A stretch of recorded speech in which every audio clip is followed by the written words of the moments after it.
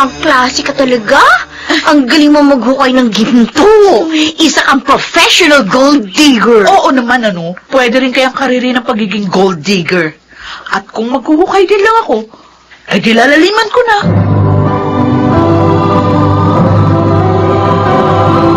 Handog ng DZRH ang tula sa kanyang panahon. Ano nga ba ang tunay na sukatan ng kaligayahan? Pag-ibig na wagas? O mga material na bagay? Mga kaibigan, narito at ating pakinggan ang naging karanasan ni Shirley sa ating tunang sa kanyang panahon.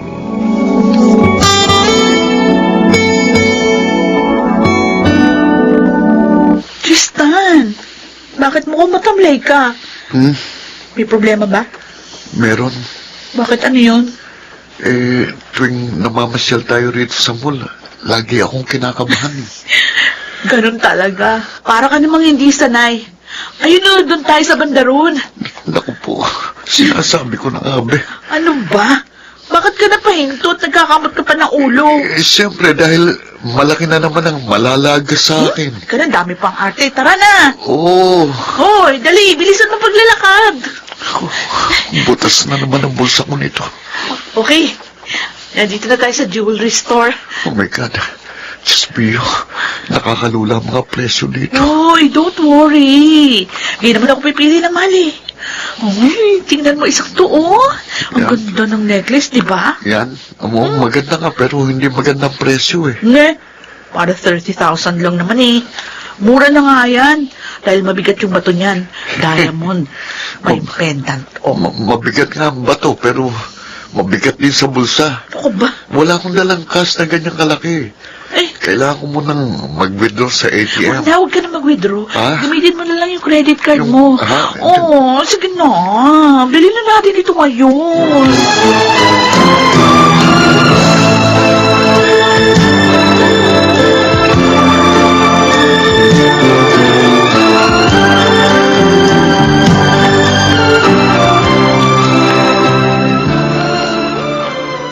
Wow!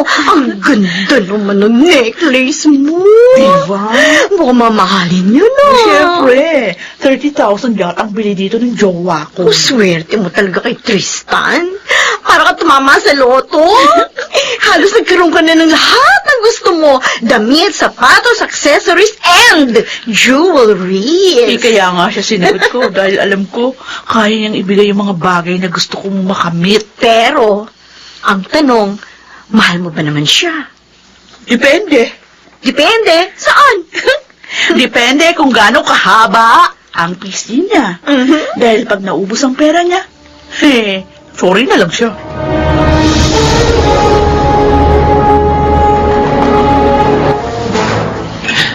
Pare, kamusta na ang girlfriend mong Bill mo ko? Hindi yun, bill mo ko pa rin. At habang tumatagal, palaki ng palaking gastos ko. Yun naman talaga ang dapat mong asahan. Dahil nung naniligaw ka pa lang, ang laki na ng gastos mo. Di lalo na nga yung girlfriend mo na siya. Oh, sinabi mo pa. Sumasakit na nga ulo ko eh. Tagay mo na, pre, tagay. Oh, sige. Ayan. Nom. Sulit naman ba ang gastos mo? Nakascore ka na ba? Oh, siyempre naman. Papayag ba naman akong gumastos ng gumastos kung hindi ko sa matitikman? Yung! Yan nga lang, simula nang may mangyari sa amin, alam mo, lalo siyang naging demanding. Baka mamulubi ko balang araw eh. Pero pre, wag mo naman sanang mamasamayin ang sasabihin ko. Sige lang. Alam mo, hindi kasi magkasinta ng tingin ko sa relasyon nyo. Ha? Para kasi siyang isang pokpok at ikaw ang kanyang exclusive customer. Para naman. Oo, may katumbas na halaga ang bawat yakap at halik niya. Lalo na ang pagkembot nyo sa kama.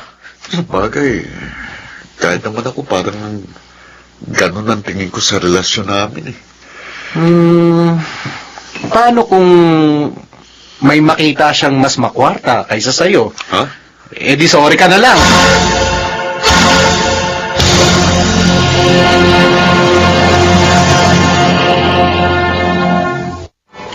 Ano ba pinakain sa'yo ng babaeng yon? Ganun na lang pagka humaling mo sa kanya. Huwag niyo na pong intindihin yun, Nay. Maliit na bagay lang naman po yun. Ano maliit? Ang laki na kaya na nahuhutot sa'yo ng malditang yon. Don't worry, Ma. Ako na akong bahala. Pinagbibigyan ko lang po siya dahil masyado siyang makulit. Ang sabihin mo, uto-uto ka talaga. Ay naman. Kaya nga hindi na ako magtataka kung mamulubi ka balang araw.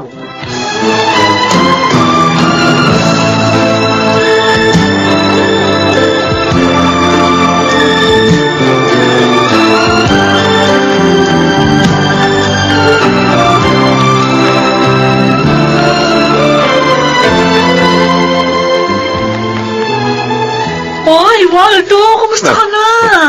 Tagal mo nawala Nalibang kasi ako sa Europe, pero Wow.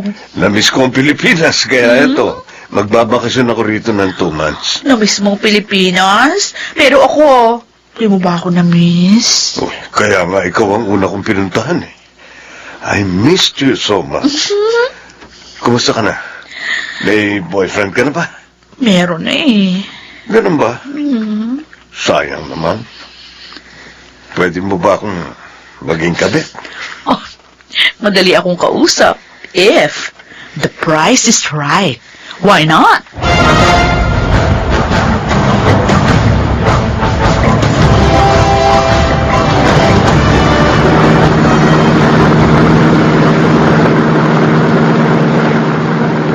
Shirley, may nagsabi sa akin, may nakakita sa'yo sa isang sikat na restaurant.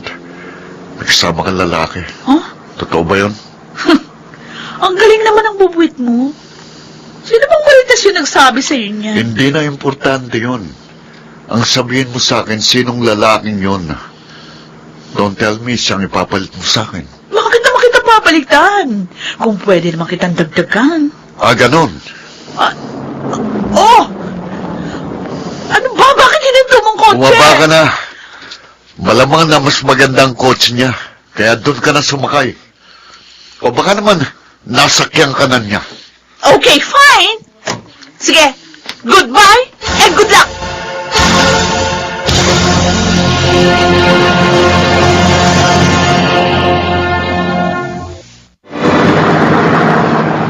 Believe na talaga ako sa'yo, Shirley. Biruin mo, niragaluhan ka ni Waldo ng ganito kaganda kotse. Yes. Mukhang mas okay nga siya kesa kay Tristan, ha? Actually, pangatlo na tong regalo niya sa akin. Oh. Nauna niya na akong binili ng bagong cellphone at saka bagong laptop. Ay, naku, wala na talaga akong masabi. Pet malukha, girl! You're the best! Pipili rin lang ako ng ipapalit kay Tristan. Eh, di doon ako sa big time. Ibang klase ka talaga. Ang galing mo maghukay ng ginto. Isa kang professional gold digger. Oo naman. Pwede rin kayang karirin ng pagiging gold digger. At kung maghuhukay din lang ako, edi lalaliman ko na. Pero ingat lang, Shirley, ha? Ano? Dahil baka dumating ang panahong libingan mo na palang hinuhukay mo.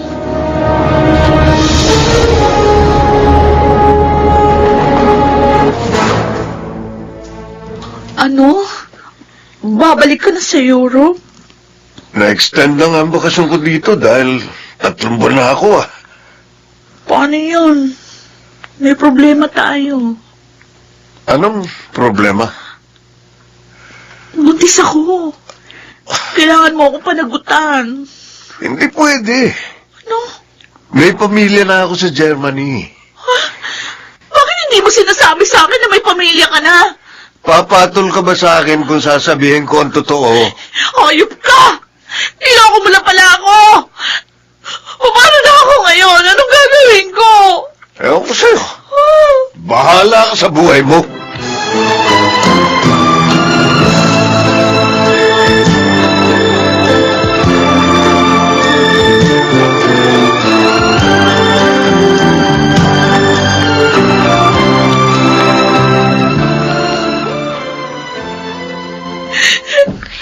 nga ba ang sinasabi ko eh.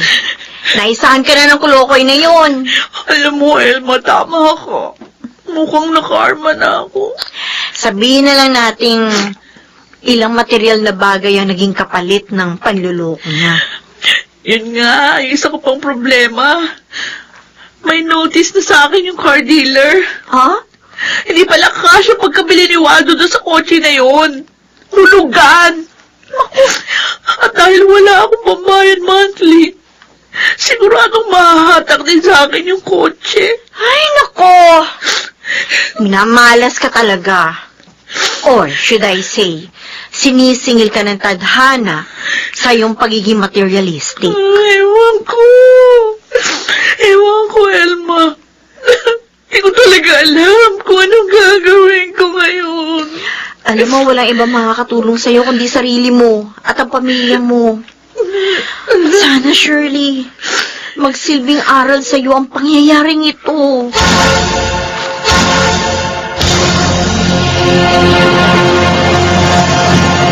Hindi masamang mangarap na makamtan ang mga bagay na ating inaasam.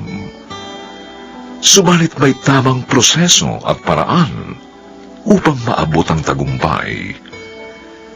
Dahil ang pagiging lubhang mapaghangad ay magsasadlak sa atin sa hindi magandang kapalaran sa kanyang panahon.